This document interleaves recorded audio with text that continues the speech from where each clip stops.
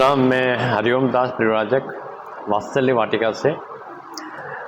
मेरे पास श्रुति, राजेश जी और तरुण जी जब उन्होंने कहा कि हम इस प्रकार का कार्य करने जा रहे हैं, मैंने कौन सा, तो कहे कि गोबर से हम राखी बनाएंगे। तो इससे पहले भी वात्सल्य वाटिका के बच्चों ने, बालिकाओं ने गीता जयंती के वहाँ उत्सव में भी वहाँ स्वस्तिक इत्यादि बनवाए थे। तो मुझे उसका लगा कि नहीं, ये कार्य बहुत अच्छा है। एक तो गोबर की बात है और एक हाथकरघा इसको कहते हैं कि बच्चे आगे जाके कुछ भी कार्य कर सकते हैं। और गाय के गोबर से यदि राखी बनती है तो ये बहुत अच्छी बात है। लोग चाइना से लाते हैं, कहाँ से लाते हैं, कितनी महंगी लाते हैं। इसके लिए मेरे पास इतना समय नहीं था, फिर भी 20-22 बालिकाओं ने लगभग 28 दिन, 1 महीना उन्होंने काम किया है और लगातार काम किया है। और मेरा ये सपना था, ये मेरा सौभाग्य है कि वात्सल्य वाटिका में लगभग 30,000 राखियों का निर्माण हुआ है बालिकाओं के द्वारा। और इसके लिए मैं आगे भी चाहूँगा कि मात्र राखी ही नहीं, जैसे आगे दीपावली आ रही है तो दीपावली के में दिए वगैरह हैं, या अच्छा जो गुग्गुल धूप वगैरह हैं, या मालाएं हैं, या स्वस्तिक का स्वरूप है, ओम का स्वरूप है, ये भी हम बना करके, क्योंकि आज गाय पे लोग बाग क्या कहते हैं, कुत्ते पाल रहे हैं और गाय को रोड पे कर रहे हैं। गो हमारी माता है, गो हमारी, मतलब हम माता कहने के लिए मात्र हैं, लेकिन आज उसके लिए हमको ज़रूरत है कि गोबर का हम उपयोग कैसे करें। और गोबर के साथ में अभी आपने, राजेश जी ने और श्रुति जी ने नया भी एक काम करना शुरू कर दिया है, वो है पंचगव्य। तो पंचगव्य से अभी आगे भी आपसे बताएंगे, बुलाएंगे कभी, आपको कार्यक्रम शुरू हो रहा है, अभी वो बनाएंगे उसको। उसमें माला बनेगी और माला में भी 9 रंग होंगे। जितने ग्रह होते हैं, किस ग्रह का कौन सा रंग होना चाहिए, तो उससे कष्ट समनार्थ, कष्ट के समन करने के लिए भी वो कार्यक्रम शुरू होगा, वो बताएंगे आपको। तो गोबर के से, पंचगव्य से बहुत कुछ बना सकते हैं। मैं इतना ही कहूँगा और बहुत बहुत आपका भी धन्यवाद, शुभकामनाएं। जय हिंद, जय भारत।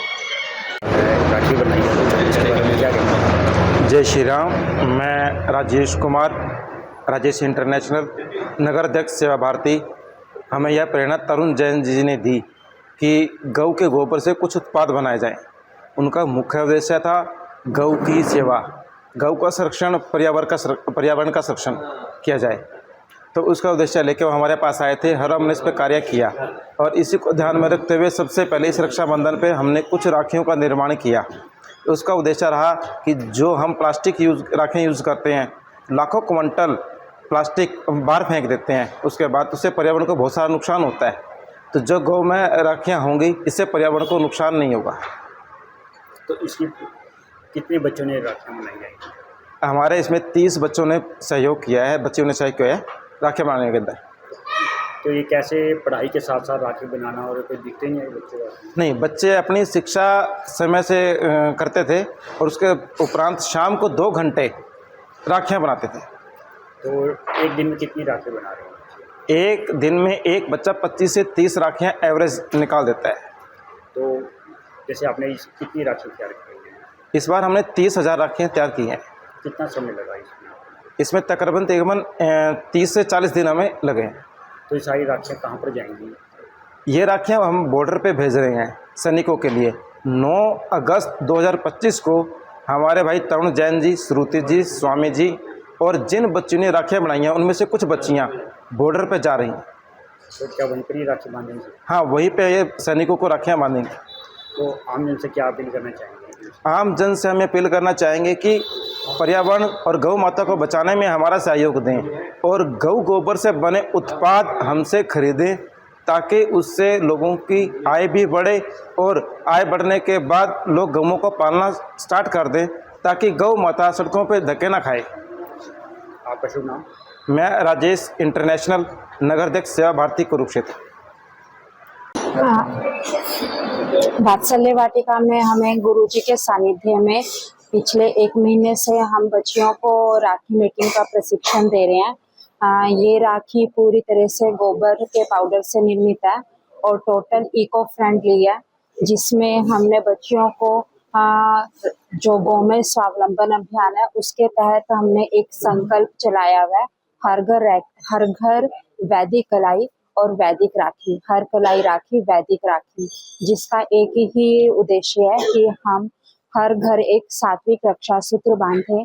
जो आजकल की चाइनीज राखी आ रही हैं उन सबको हम हटाकर घर घर में वैदिक रक्षा सूत्र बांधे, जिसका उद्देश्य सभी अपने भाइयों को एक रक्षा सूत्र के साथ उनको रक्षाबंधन से बांधना है। और यही हमारा इस बार के रक्षाबंधन का उद्देश्य है कि बच्चियों के माध्यम से हम हर भाई को सुरक्षित करें, उनके स्वास्थ्य को सुरक्षित करें।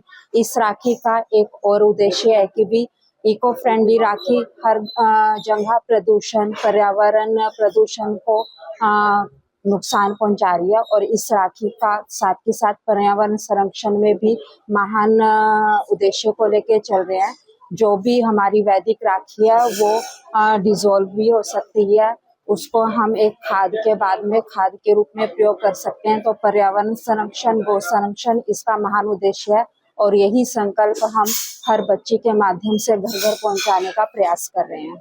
ये राखी बनाने की प्रेरणा मैंने पिछले जून में एक प्रशिक्षण सत्र किया था 10 दिन का। वहाँ पे हमें गौ उत्पाद से निर्मित कहीं ज्यादा हमें उत्पाद सिखाए गए थे। जैसे हमने भगवान के विग्रह बनाए थे, साबुन बनाए थे, और उसके अलावा हमने गोमूत्र, शैम्पू वगैरह बनाए थे। उसमें से ही एक हमारा जो था ये राखी था। राखी का वहीं से मेरे को प्रशिक्षण मिला। करनाल हमारा इसका सेवा भारती का प्रांत कार्यालय है, और वहीं पे हमें इसका प्रशिक्षण मिला, और वहीं से हमारे अंदर ये प्रेरणा है कि भी हमें इस बार रक्षाबंधन के दिन इस संकल्प को लेके घर घर जाना है और घर घर इस रक्षा सूत्र को पहुंचाना है।